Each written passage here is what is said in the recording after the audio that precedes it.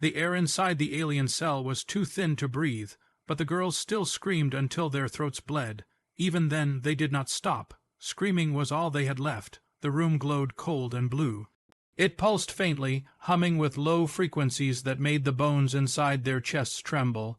Strange mirrors lined the walls, reflecting not their faces, but their fear. Reflections twisted, distorted, broken. The youngest girl trembled on her knees, wrists swollen where metal cuffs had held her too long. She whispered for her mother until her lips cracked. Her voice faded into the electric silence. No one came.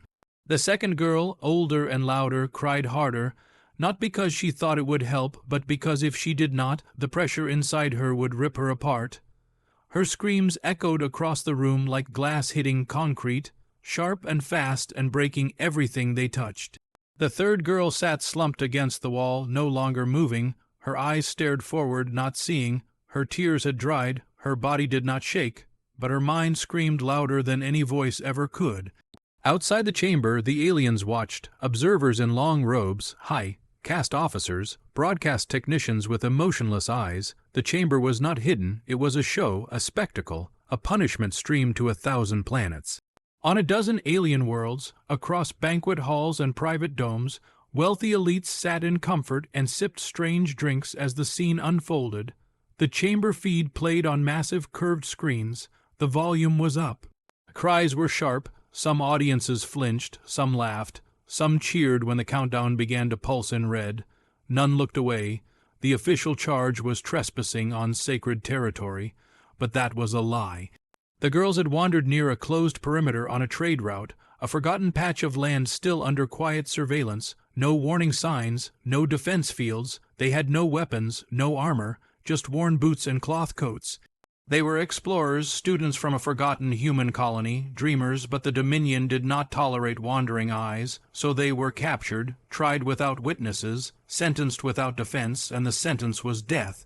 By flame, publicly, clean, the feed's description called it justice, but it was not justice. It was hunger, hunger for control, hunger for humiliation, hunger to make others watch and remember who held the power. The floor of the chamber began to heat, slowly. A dull red glow seeped upward through the metal, spreading beneath the girls like an ancient wound reopening. In a dark corner of space, somewhere beyond recorded charts, a satellite shuddered. Its systems lit up, not because of a signal, but because of sound. The scream had reached it, not through a wave, but through memory. Beneath the dust of an unmarked moon, a vault cracked open. A power source untouched for a century clicked once. Then twice, then began to pulse in time with the cries. A ship, long buried, opened its black eye. On board, a name lit up across a hollow screen. Not the name of a fleet, not the name of a soldier. A name long buried by dust and silence. One of the girls, her full name, spelled perfectly, etched into the ship's memory. The old machines of Earth had heard. They had always been listening. They had waited without speaking, and now they were awake. The scream had matched the ancient frequency, the one programmed for grief, the one linked to sorrow, the one that unlocked the doors. The blackness that followed the broadcast was not ordinary darkness. It was thick, alive, a silence too perfect to be accidental. Every screen that had once shown the fire now reflected only the viewer's own face, and in that reflection some saw guilt, some saw fear, but most saw nothing at all. Because it was not just the broadcast that had ended, it was the illusion, the belief that what they had done would go unseen, the belief that there would be no echo. On the central control world of the Dominion, servers failed in cascading waves.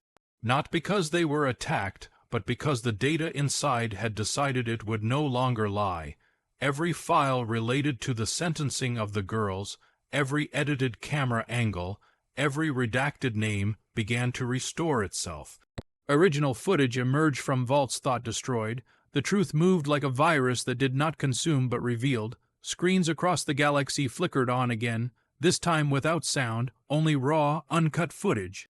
The girls before the cell, laughing, eating dry bread, drawing symbols on the floor with pieces of wire, singing songs that had no translation, just sound, pure and human, and then came the moment of capture. The confusion, the panic, the begging not for mercy, for understanding. The feed did not add words, it did not need to. The silence between the cries said more than speeches ever could. When the playback ended, there were no reaction buttons. No overlays, just a single white line across every screen. It pulsed once, then disappeared, and something inside the galaxy shifted, far beyond the reach of any transmission relay. Inside the void where Earth had once stood, energy began to condense. Not explode, condense, slowly, precisely. The stars around it dimmed as if bowing. The emptiness that had replaced Earth was not just space. It was storage, a cradle of compressed light and ancient command. The scream of the girls had not simply been heard, it had been recognized. It matched a lock buried beneath layers of neural encryption, a key written in sorrow, and now that lock had been opened.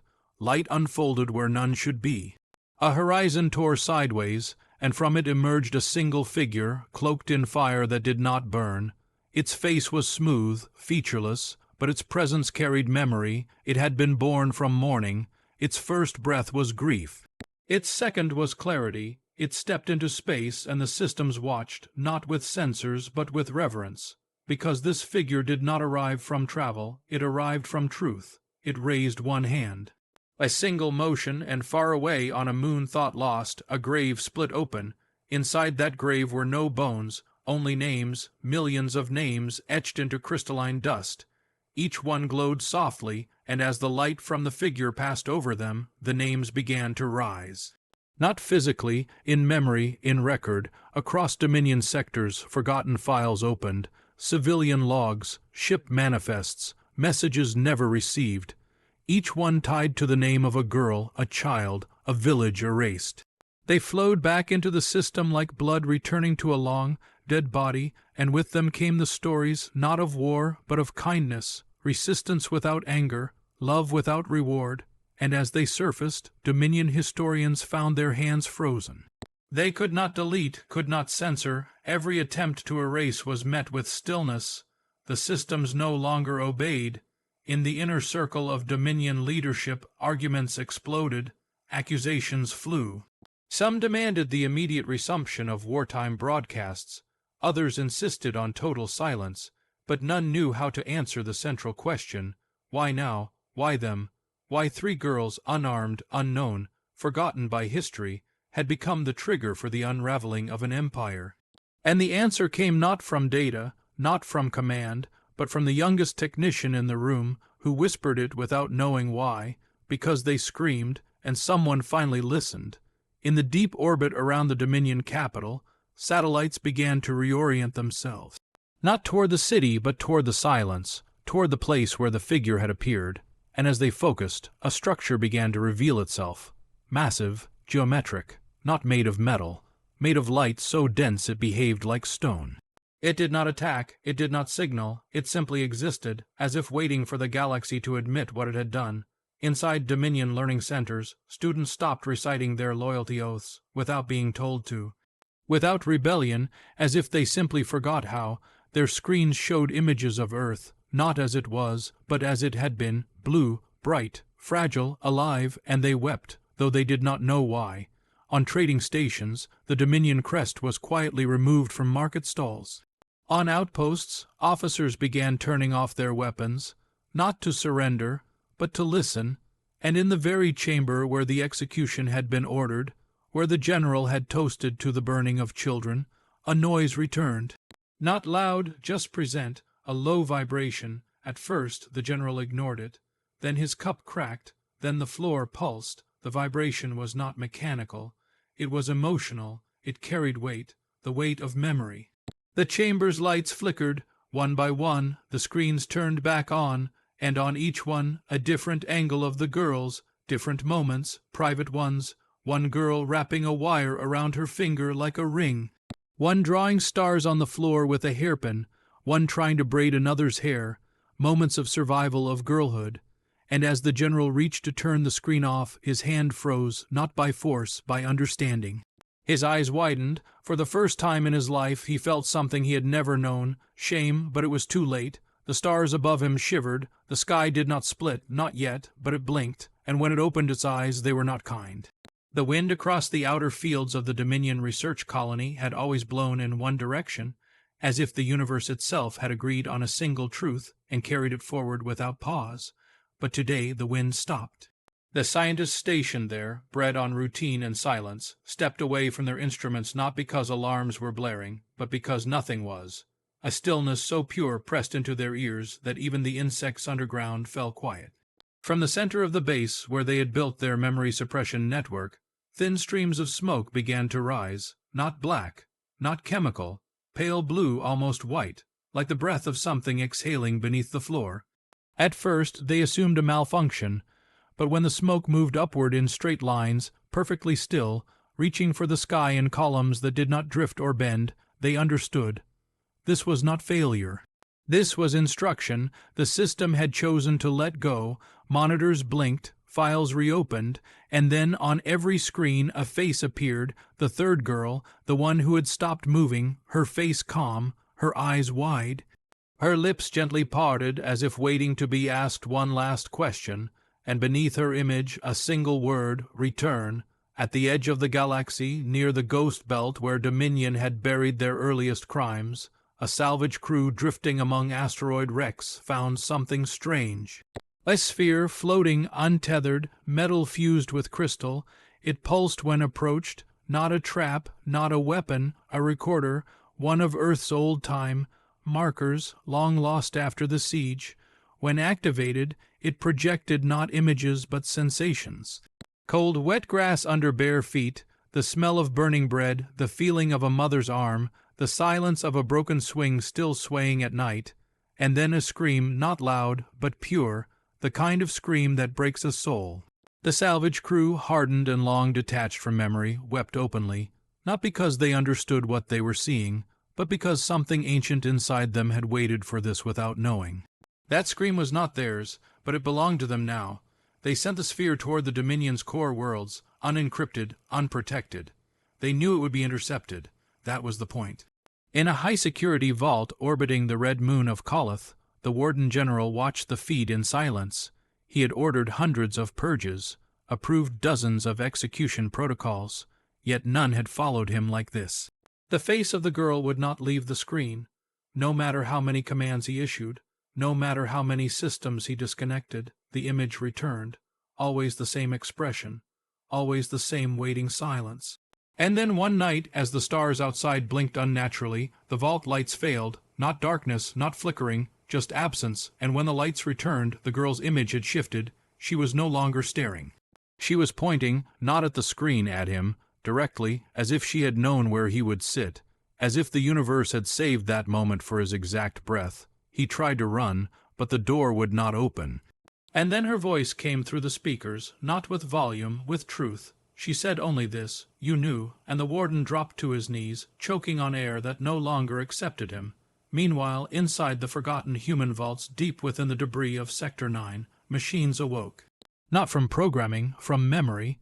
They had catalogued every scream, every whisper, every sigh from Earth's final days, not for revenge, for record, and now record had become purpose. They began to send signals. Not attacks, not declarations, invitations, messages that said, "We remember you, you are not lost, you were taken, and now you will come home," all across human. Controlled trade routes, ancient satellites powered back on. Their original paint long peeled, their wires frayed, but their cores still loyal. They blinked once in unison, and then sent a message through every open channel, 3 coordinates, 1 for each girl. When plotted on a star map, the lines formed a triangle, but not just any triangle. The old Earth seal buried, forbidden, now returned on the surface of a Dominion megacity. Crowds gathered in silence before the great announcement tower. The screen had been black for hours. Then suddenly it lit up, not with news, with a sky, blue, alive, shimmering with light, and then the screen cracked, not from force, from within, as if the image itself could no longer be contained. As the glass shattered, light poured into the streets, real light, tangible, warm. The people did not flee. They knelt not in worship, in grief, because inside the light they saw what they had forgotten. Laughter, rain, girls running barefoot through flooded streets, music made of water and hope, and then, behind the light, came a sound, a single heartbeat, louder than thunder, softer than memory, and with that beat the sky above them shifted. Far beyond that world, the figure cloaked in fire moved again. Slowly, deliberately, it raised its other hand, and from behind it a shadow rose, not black, not cruel, a mirror, an echo, a shape shaped like justice. It carried no weapon, it carried a single torch, lit with the same flame that had ended the girls, but now it burned with purpose. The figure stepped aside, the shadow stepped forward, and together they moved toward the Dominion's central sun. Not to destroy it, to speak to it, and the sun listened, and it began to dim. At the edge of every screen a line formed, not a warning, a countdown but no numbers, just rhythm, tick, tick, tick, and every tick matched the heartbeat of the galaxy. Or what had been the galaxy, because now something else had returned, something older than stars, something that had never forgiven, and the next tick would not be a sound, it would be the sky breaking open. The sun above the Dominion capital began to dim slowly, not like a dying star, but like an eye that had seen too much and now wished to close forever. The golden towers that once rose proudly now stood drenched in a pale blue shadow, their shine reduced to a dull memory. On the streets below, people stopped in silence. There were no alarms, no announcements, just the unbearable stillness of a world realizing that something far beyond its reach had begun to change. The light was thinning, as if the atmosphere itself could no longer hold the weight of its own guilt. Then came the return of the image, her face, the youngest girl, still and steady. Her eyes stared through the screen, not with fear, not with anger, but with a quiet truth that no one could escape. Below her face was a single word glowing white. Return, and in that word, entire histories were rewritten. Across the planet, in the core of the Dominion Tower, the Chancellor stood surrounded by silence. His guards had not moved in minutes. His aides stared blankly at the walls. No one knew what to say. No one knew how to speak in the presence of something so pure, something so real. The floor beneath his feet trembled not from machines, but from memory. For decades they had silenced every voice that dared speak of Earth. Every whisper, every fragment of song, every mention of the girls, and now that silence had turned on them, it had found its own voice, one that echoed without wires, one that moved without sound. The Chancellor reached for the emergency control switch, but the screen in front of him changed before he could touch it. The face of the girl faded, and now 3 children stood hand in hand, the same girls, no longer crying, no longer in chains. Behind them stood a shape of light, massive and formless. It pulsed with a rhythm deeper than thought, and then everything went black. Far above, in the Dominion orbital fields, old stations powered down without warning. Engines failed, light panels dimmed. Ships drifted silently in place as the gravity calibration vanished. Across the galaxy, every Dominion-controlled broadcast was replaced by a single transmission, a scene of a child kneeling in a field. The same field that once grew wildflowers on Earth's surface, the same location burned in the first wave of the war, now rebuilt in memory, a place of peace, a place of promise. She reached out, her hand glowing faintly in the light. And then the sky above her began to tear. Inside the vaults of CERN 9, where they stored forbidden relics, the sealed door opened on its own.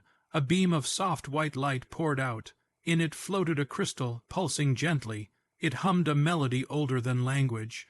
And every human who heard it fell to their knees, not in worship, in understanding. That crystal carried the scream, not as sound, but as truth. The truth of 3 girls who had been silenced and burned. The truth of a planet that had been erased. The truth of a people who had waited quietly, painfully, and now stood ready to be heard. The Dominion guards tried to destroy the relic, but every weapon failed. The systems refused their commands. The chamber locked itself, not to protect the crystal, but to protect those outside from what came next. Back on the Dominion capital, the Chancellor's hands trembled. The lights around him flickered, then went dark.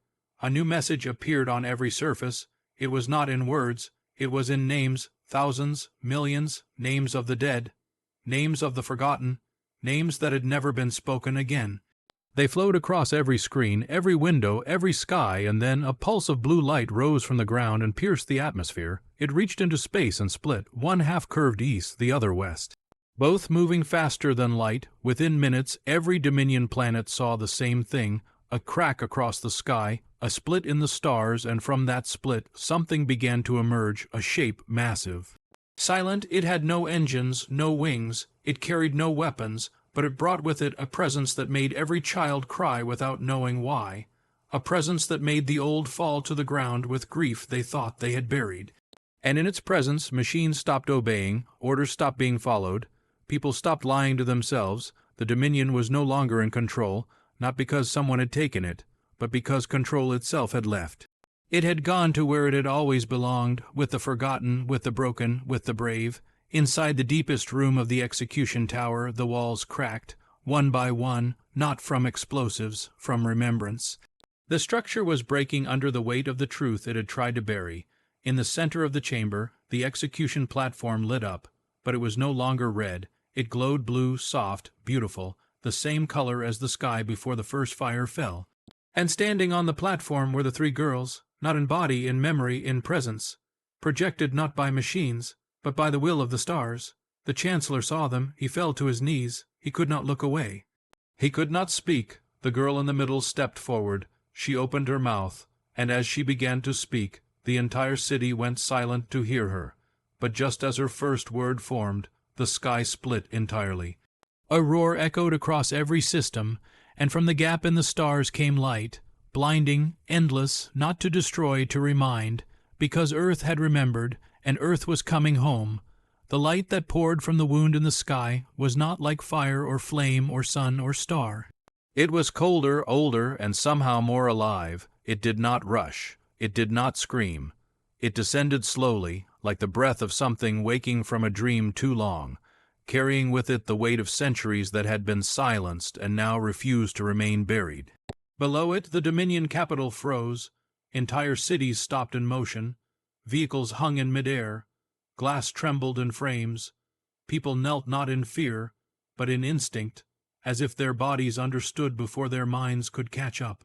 There were no words, there was only light, and in that light memories began to return, not as thoughts, as sensations, the feeling of grass beneath bare feet, the sound of a lullaby hummed in an old earth dialect, the scent of bread in a ruined kitchen.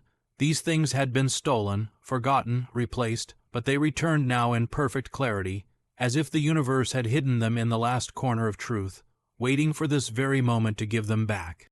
And at the heart of the light came the figure. It did not walk, it floated, cloaked in flowing strands of white and gold, its face hidden behind a mask that bore no mouth and no eyes, yet everyone could feel its gaze. It passed through walls, through machines, through hearts, and where it moved, systems bent, authority fractured, gravity shifted. The Dominion Chancellor, still kneeling in the ruins of the High Command Chamber, looked up and found himself staring into the light. It showed him his own face, not as it was now, as it had been, a boy once raised in the outer colonies, a boy who had cried when Earth fell, a boy who had made a promise to never let such horrors happen again. And then the man he became, the man who signed the order, the man who had watched the flames and felt nothing. The light showed him both, not to accuse but to remind, and he wept, not because he was forgiven, but because he finally remembered who he had been before power stripped him hollow. Across the galaxy, resistance movements blinked awake, not from command, from connection. Survivors in forgotten bunkers received signals they had long stopped hoping for. Drones that had not flown in decades rose into the air. Weapons that had refused to fire now hummed with renewed energy. Entire battalions of former Earth fleets, scattered and lost, were drawn together by coordinates that wrote themselves into star charts like gravity wells of truth. They converged on the capital, not to attack, to witness, and the people of the Dominion watched as the stars above them changed.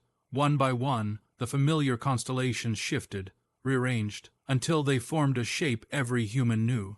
3 figures, hand in hand, standing beneath a sky split in two. The same image burned onto every wall, every screen, every cloud, and as it held, the sound began, not music, not speech, something between both. A resonance that bypassed language and pierced directly into emotion. It carried sorrow, it carried hope, and it carried names, names of the girls, names of the lost, names that had been whispered and erased and returned. The people repeated them aloud, over and over, until the air was filled with them, until the world breathed them together, until the very stone began to echo them back, and then the sky opened wider.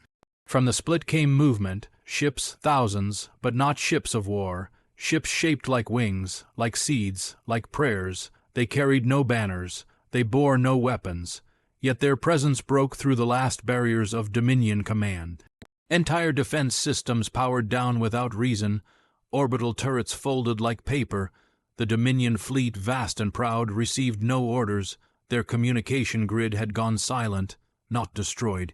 Hushed as if the galaxy itself had leaned in close and placed a single finger over their mouths. Not yet, not now, just listen. In the outer orbit, the largest of the arriving vessels opened. From it stepped a line of figures. Tall, wrapped in living cloth that shimmered between colors. They were not soldiers, not priests, not rulers. They were keepers, the last guardians of Earth's unspoken past, long thought vanished, now returned. Each carried a crystal sphere pulsing with light, and as they landed upon the Dominion capital, the earth beneath their feet glowed, roads cracked, skyscrapers trembled, but not in destruction, in rebirth. The city began to shed its skin, the walls peeled like bark from a tree. Underneath lay structures of light, hidden for centuries, now revealing themselves in silence. In the tower where the girls had been burned, the fire pit glowed once more. But this time it did not burn, it bloomed, flowers made of glass and memory, petals that played the voices of the three girls in quiet harmony, laughter, breath, then silence, and then one single word, awake. The Dominion Chancellor stood alone at the top of the tower. His command staff had vanished. His power had dissolved. The light reached him, touched him, and offered him no mercy, only choice, to remain in silence, or to speak. And as he opened his mouth to finally speak, the figure in the light turned toward him. Its hand rose, not to strike, to point. Behind him the floor cracked wide, and from that crack rose the shadow of a girl. Her face covered in ash, her hair braided with wire, her eyes filled with stars, and when she looked at him, the sky shattered completely. Inside the alien palace where the death order had been signed, a general lifted his glass and smiled. He congratulated his staff. The broadcast had broken viewership records. The smallest girl had screamed beautifully, he said, a natural performer. Officers around him laughed. No one noticed that the wind outside the palace had stopped. No one noticed that the stars above had dimmed. In the vacuum near the outer sectors, a Terran warship opened its mind. Its hull shimmered with invisible particles. Its thrusters did not engage. It did not need them. It moved with thought, with memory, with rage that did not burn fast, but cold and endless. It whispered names, not targets, names, names of the girls, names of old cities, names of songs lost to fire. The ship did not make sound, but inside it something ancient stirred. Earth was not dead. It had not been dead for a long time. It had only been waiting. On a ruined mining station deep in the broken crust of Sector 9, human colonists sat in darkness. Power was limited, hope was less. The children had never seen Earth. They only knew it through stories. Until now, a red light blinked on their console. One word appeared, remember, nothing else, just that. The room fell silent. Then the elders stood, one by one, without instruction, without speaking. They placed their hands on the console. The scream had reached them, and it carried more than fear. It carried identity. It carried pain in its purest form, not a demand, not a question, a truth that could not be burned, a truth that would not be buried. The girls were gone, but the memory of their voices had become the ignition point. Across alien systems, across control towers, across banquet halls where the feed had played, screens flickered, the audio failed. The final scream became the last clear sound anyone ever heard. Then silence. The kind of silence that watches, the kind that waits, the kind that measures your breathing and counts your regrets. And then the broadcast died. No error message, no signal loss, just black on every system. The last image frozen on the screen was the smallest girl's eyes, open, lit by fire, not blinking, not afraid, just staring into the soul of the galaxy, as if to say, you will remember me, you do not get to forget me. I am not nothing, I am not lost, I am the beginning of the end. Then the red indicator light on the alien broadcast camera blinked once, then twice, then cracked in half. No explosion, no interference. It simply broke, as if the machine itself had decided enough was enough. And in that moment, without signal, without warning, without command, the sky above the Dominion began to shiver, not split, not yet. But close, so very close. Earth had heard the scream, and this time it would answer. The moment the sky shattered, silence collapsed into a roar that had no sound, only weight, and the entire planet felt it like a storm falling inward, a pressure folding reality in slow motion. From that cosmic wound came a brightness not made of fire or sun, but of memory uncoiling itself across the Dominion capital, and every building that had once stood in honor of power began to tremble, their foundations recognizing a truth deeper than any command ever issued. The air itself grew colder, not from wind but from clarity, and across the ruined tower, the girl of ash stepped forward, her bare feet touching stone that still carried the heat of executions, carried the screams burned into its cracks. The Chancellor watched frozen, as her hair moved without breeze, as her eyes locked on his soul, not in anger, not in vengeance, but in a kind of sadness that carried the weight of centuries. As she moved, the earth beneath her softened, light pooled around her steps like truth manifesting in physical form, and the machines in orbit went silent, their sensors overloaded not by force, but by presence. In that presence, systems bowed, shields lowered, and code rewrote itself across every command terminal in quiet submission. Far above the capital, in the remains of a forgotten station, a beacon pulsed once, then again, and then sent out a signal never heard before. Not a warning, not a call for help, a statement, a pulse that said simply it has begun. Across the galaxy, those who had been waiting understood and began to move. Ships that had been hidden, cloaked, buried within moons, rose from dust, engines burning silent trails as if stars had remembered how to scream. In the lower levels of the capital, where the lost had lived beneath the shadow of the tower, the light touched walls that had not known brightness in generations, and from within them voices began to speak. First in whispers, then in harmony, saying names not heard in lifetimes, names erased from history, now returning as anchors to the present. The Dominion citizens stepped into the open, their eyes wide, their voices caught in throats that had been silenced by fear. Each one saw the girl, each one remembered the broadcast, each one felt the weight of her death, each one understood now it had never truly ended. In that understanding came a shift so deep it cracked reality itself. In the control center of the planetary defense grid, the lead technician backed away from his console as the screens turned to static, then to light, then to her face, the girl smiling, not kindly, knowingly. As if this had all been written long before their empire rose, the technician wept not out of guilt, because the sound that came with the smile was his daughter's laugh, one he had not heard in 20 years. Across the skies, shapes formed, not ships, not fleets, memories given shape and movement, giant structures folding open into petals, each one revealing a scene from earth oceans, forests, laughter, fire, and silence. Inside the light at the center of all things, the figure returned, the one cloaked in white and shadow. It raised its hand once, and the Dominion flagship drifted from orbit toward the surface, not crashing, not burning, simply descending, as if gravity now obeyed something older than physics. When it touched ground, it opened its hull and revealed a garden, not of metal, not of design, a garden of memory. Grass made from data, trees grown from sound. There in the center were 3 stones, each etched with a name, each glowing softly. Every person who looked upon them felt their chest tighten, felt their breath catch. A voice spoke, not aloud, within each heart. It said, "Do you remember?" The Chancellor staggered forward, broken hands reaching out. As he did, the girl stepped aside, revealing behind her the others, the 2 who had stood beside her. All 3 looked not at him, but past him. He turned to see the people approaching, not soldiers, not rebels, not enemies, his people, the citizens of the Dominion. They were not shouting, not rioting. They were walking together in silence toward the tower, toward him. In that moment he understood, not the politics, not the history, the truth, that when you silence the innocent, you invite the sky to scream. And the scream had begun. It would not stop. Above them the stars shifted, aligning into the shape of the earth sigil, a symbol outlawed and buried, now burning in pure light. As the girl turned her head, the clouds tore open one last time. Through them came something massive, not of metal, not of light, not of flesh, a presence woven from everything they had tried to destroy.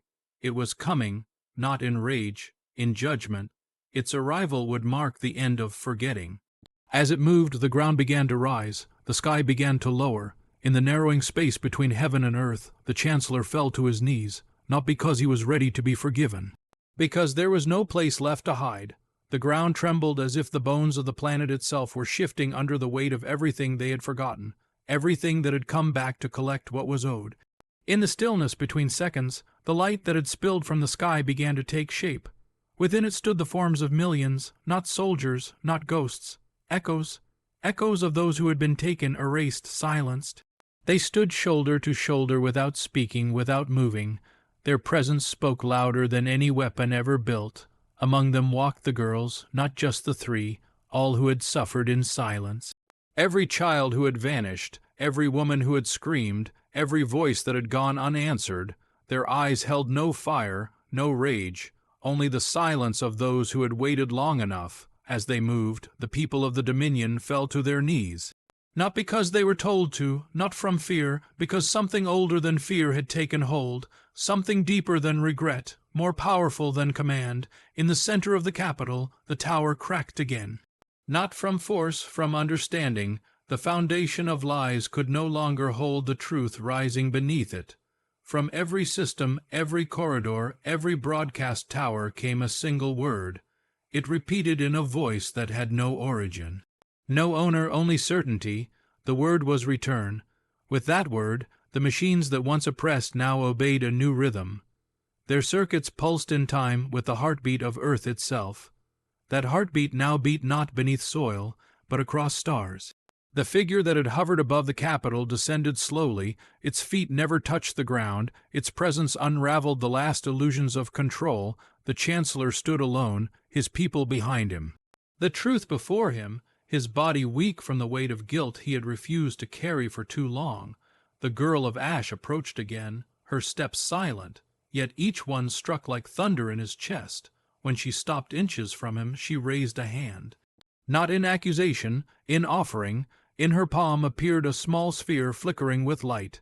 Inside that sphere he saw himself as a child, before the Dominion, before the war, before the orders, before the silence. He cried without sound. What he saw was the person he had lost in pursuit of power. Behind her, the sky folded in on itself. The tear closed, not in healing, in warning. The breach had been opened not to punish. To remind, Earth had remembered, Earth had come, Earth had spoken, now it waited. From that waiting came a sound, a rumble low and endless, like the breath of something rising from deep within the planet. The citizens looked around, expecting more light, more revelation. What came was shadow, deep and wide. It fell across the horizon as the ground cracked open. A chasm of fire appeared, not destruction. Rebirth, from that fire rose a new structure, not of metal or command, a tower of memory, forged into shape by the grief of billions. It rose higher than the tower had ever stood, its walls etched with names. Not erased, remembered, on its peak stood the three girls, their arms lifted, not in triumph, in recognition. The figure above them opened its arms, a ring of light spread outward. It carried their memory into every system. Every colony, every mind and heart. For the first time in history, the entire galaxy wept together, not from defeat, from clarity. Those who had served the Dominion stood still, not bound by fear, freed by truth. The Chancellor turned to his people. He had nothing to say. Words had lost meaning. The girl beside him whispered without sound. The whisper reached every ear. It said, "We are not gone." With those words, the sky cracked again. Not with light this time, with darkness. From that darkness came something else, not a memory, not a voice, something vast and alive, something ancient and silent. It had watched from beyond the breach. Now it stepped forward, not to join, not to judge, to witness. As its shadow fell across the city, every screen shut down, every light dimmed, every machine froze. In that final moment of silence, the girl looked up and smiled. Not in peace, not in victory, in knowing. The real reckoning had only just begun.